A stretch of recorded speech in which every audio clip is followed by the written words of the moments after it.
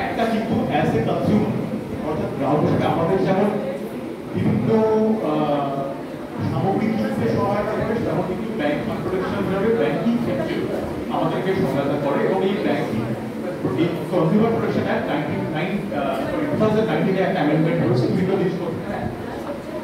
তো এর দ্বারা আমরা সুরক্ষিত। এবার আমরা মেইন যে বিষয়বস্তুর সঙ্গে আমরা একটা আলোচনা করব সেটা হচ্ছে এই ডিজিটাল ব্যাংকিং তো আমরা ব্যবহার করছি। আমরা আজকে অনলাইন ব্যাংকিং এ টাকা পাঠাচ্ছি, টাকা পাচ্ছি, বিভিন্ন ব্যাংকিং পরিষেবা অনলাইনের মাধ্যমে গ্রহণ করছি। কিন্তু কিভাবে আমরা সুরক্ষিতভাবে সচেতনভাবে এই ব্যাংকিং প্রোডাক্টটাকে ইউজ করতে পারছি? একটু তোমরা শোনো, হয়তো সাবজেক্টটা বোরিং লাগতে পারে, কিন্তু একটু শুনে নাও। আমার মনে হয় এটা শুধু তোমরা নয়, তোমরা তোমাদের যারা মানে পরিবার পরিজন আছে বা যারা ছোট ভাই বোনেরা যারা ব্যবহার করবে নতুনভাবে, বা তোমরাও যারা ব্যবহার করবে, একটু শুনলে মনে হয় তোমরা অনেকটা সচেতন হবে এবং তোমাদের ব্যবহারিক দিকটা অনেকটা এর ব্যবহারিক অনেকভাবে তোমরা সুরক্ষিত হয়ে রাখতে পারবে।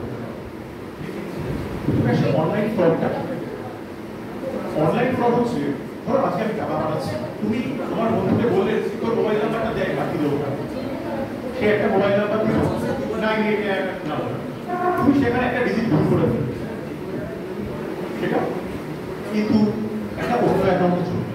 মাথায় রাখবো এটা কিন্তু ফ্রড, এটা আমার ভুল, এটাকে ফ্রড বলতে পারি। তাহলে ফ্রডটা আমরা কাকে বলছি? ফ্রডটা আমাকে বলছি যখন কোনো ব্যক্তি বা কোনো সংস্থান বা কোনো আর্থিক প্রতিষ্ঠান বা এই ধরনের কোনো একটা সংস্থা তোমাকে ভুল বুঝি, ভুল বিজ্ঞাপনের দ্বারা বিভ্রান্ত করে বা ভুল কোনো জিনিসের প্রতিশ্রুতি দিয়ে তোমার থেকে টাকা আদায় করছে, বা তোমার সিকিউরিটি ইনফরমেশন অর্থাৎ তোমার ব্যক্তিগত যে সমস্ত তথ্য আছে, নাম, মোবাইল নাম্বার, বাড়ির ঠিকানা, Aadhaar card, PAN card, voter card, এই ধরনের প্রতিটা জিনিসকে তারা তোমাকে কোনো রকম অনভিপ্রেত বস্তু বা বেশি লাভ বা বেশি রিটার্নের প্রতিশ্রুতি দেওয়া, কোনো ইনভেস্টমেন্ট করি, এই ধরনের প্রতিশ্রুতি দিয়ে তোমার থেকে টাকা আদায় করছে এবং সেই টাকাকে তারা অপব্যবহার করছে এবং সেই টাকাকে আর ফেরত পাচ্ছ না। এইটাকে কিন্তু বলা হচ্ছে ডিজিটাল ফ্রড। অর্থাৎ তুমি প্রতারিত হলে, আমরা প্রতারিত হতে পারি অনেকভাবে। এটা হচ্ছে আমাদের ডিজিটাল ফ্রডের মধ্যে পড়ছে, যেটা আমরা অনলাইন বা আমরা মোবাইল ব্যবহার করে বা কম্পিউটার ব্যবহার করে বা তোমার ব্যক্তিগত তথ্যকে তুমি অনলাইনে ট্রান্সফার করে দিই, যে ফ্রডের শিকার হচ্ছে সেটাকে বলা হচ্ছে অনলাইন ফ্রড। এটা কিভাবে আমরা হচ্ছি, তোমার কেন আমরা ফ্রডের শিকার হচ্ছি?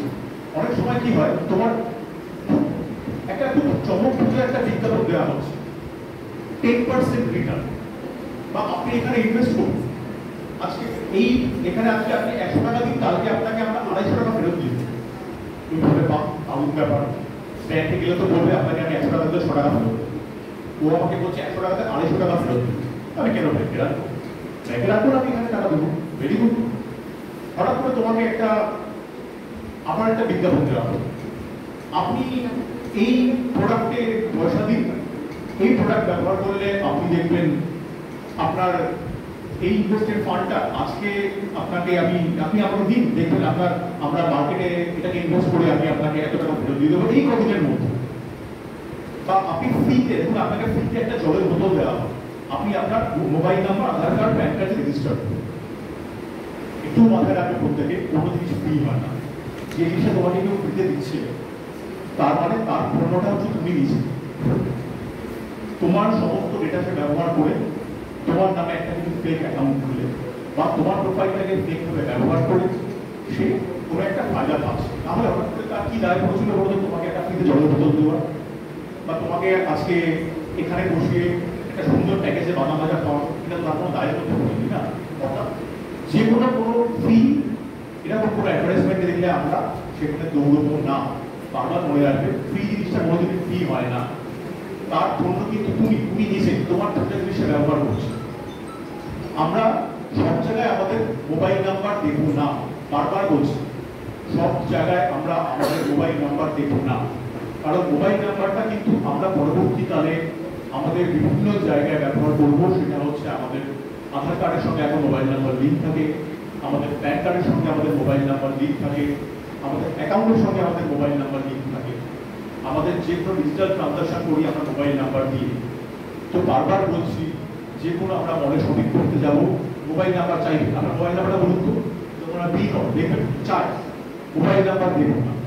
বা যদি আমার কাছে দুটো মোবাইল নাম্বার থাকে, যে মোবাইল নাম্বারটা আমার ব্যাংকিং এবং আমার পার্সোনাল ডেটার সঙ্গে রিলেটেড আছে সেই মোবাইল নাম্বার দেবো না। এটা একদম মাথায় ঢুকিয়ে নাও, মোবাইল নাম্বার আমি কোথাও দেবো না। কোনো দোকানে শপিং করতে গেলে ক্রেডিট কার্ড টানার পরে বলবি বিল পেমেন্ট জেনারেট হচ্ছে, আপনার মোবাইল নাম্বারটা দেবে, একদম পরিষ্কার ডিজাইন করবে যে আমি মোবাইল নাম্বারটা দেবো। তোমাকে খারাপ করে বলার দরকার নেই, খুব ভদ্রভাবেই বলবে যে মোবাইল নাম্বারটা দেবো। বাস ওরা কিন্তু বিল করতে পারে, কোনো সমস্যা নেই, তাতেও বিল বেরোবে। আমি নিজে দিয়ে রেখেছি এবং এটা কিন্তু ফল পাস, কারণ তুমি দেখবে কিছুদিন পর থেকে তোমার কাছে অনেক বিজ্ঞাপন আছে মোবাইলে, এই স্পেশাল অফার, বিগ বাজার, কোনো সামার অফার দেওয়া হচ্ছে বাজার কলকাতা, এগুলো আমার একটা ঠিক পায়, কারণ তুমি দিয়েছো তোমার মোবাইল নাম্বার, তুমি দিয়েছো বলেই সে পেয়েছে, নাহলে কিন্তু সে পেয়ে না। তাহলে মোবাইল নাম্বারটা একবার সুরক্ষিত করতে হবে, আমি যেখানে সেখানে মোবাইল নাম্বারটা দেবো না। এটা হলো ব্যাপার। দু নম্বর কি হচ্ছে, প্যান কার্ডের জেরক্স আমাদের অনেক জায়গায় ব্যবহার করা হয়, বহু ক্ষেত্রে আমরা নতুন সিট নিচ্ছি, প্যান কার্ডের জেরক্স লাগে, আমরা কোনো ব্যাংকে গেছি, প্যান নাম্বার চাইবে, প্যান কার্ড, আধার কার্ডও চাইবে, সেখানে মাসিং বলে একটা সিস্টেম।